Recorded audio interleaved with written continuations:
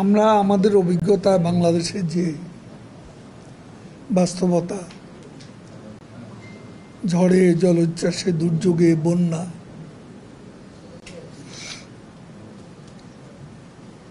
এসব দুর্যোগপূর্ণ পরিস্থিতি মোকাবিলায় বিএনপির কথাই আমি বলি,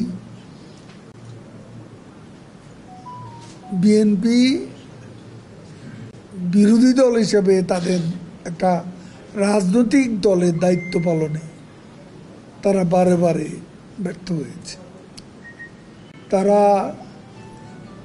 ফটো সেশন করে, ইতিপূর্বে আমরা দেখেছি সাহায্যের নামে ফটো সেশন করা, এবং কি কক্সবাজারে যে রোহিঙ্গারা স্রোতের মতো এসেছে বাংলাদেশে, প্রধানমন্ত্রী শেখ হাসিনা মানবিক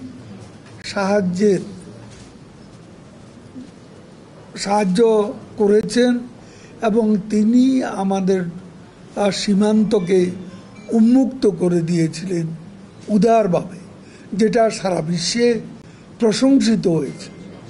তখনও আমরা দিনের পর দিন, মাসের পর মাস প্রধানমন্ত্রীর নির্দেশে আমরা রোহিঙ্গাদের পাশে ছিলাম।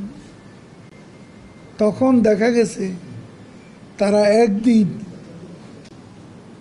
বড় জোর দুদিন, তারা ওখানে লোক দেখানো, ফটো সেশন করেছে।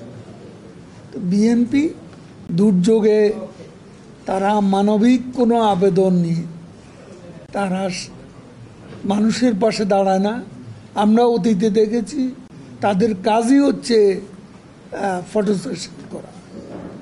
আপনারা যারা আমরা আমাদের প্রধানমন্ত্রীর নির্দেশে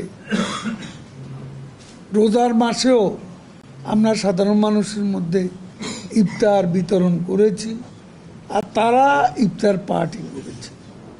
তাদের সাথে আমাদের নীতিগতভাবেই অনেক পার্থক্য রয়েছে।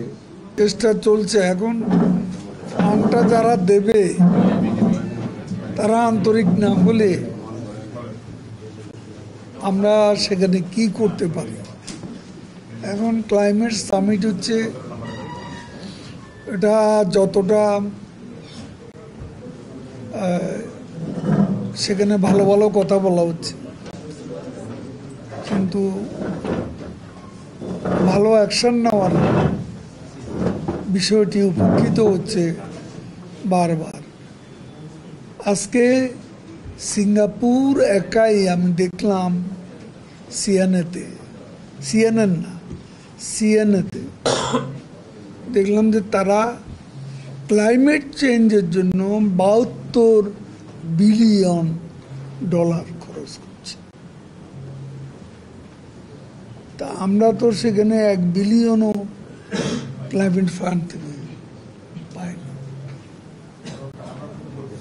সামর্থ্য থাকলে আমরাই করতাম।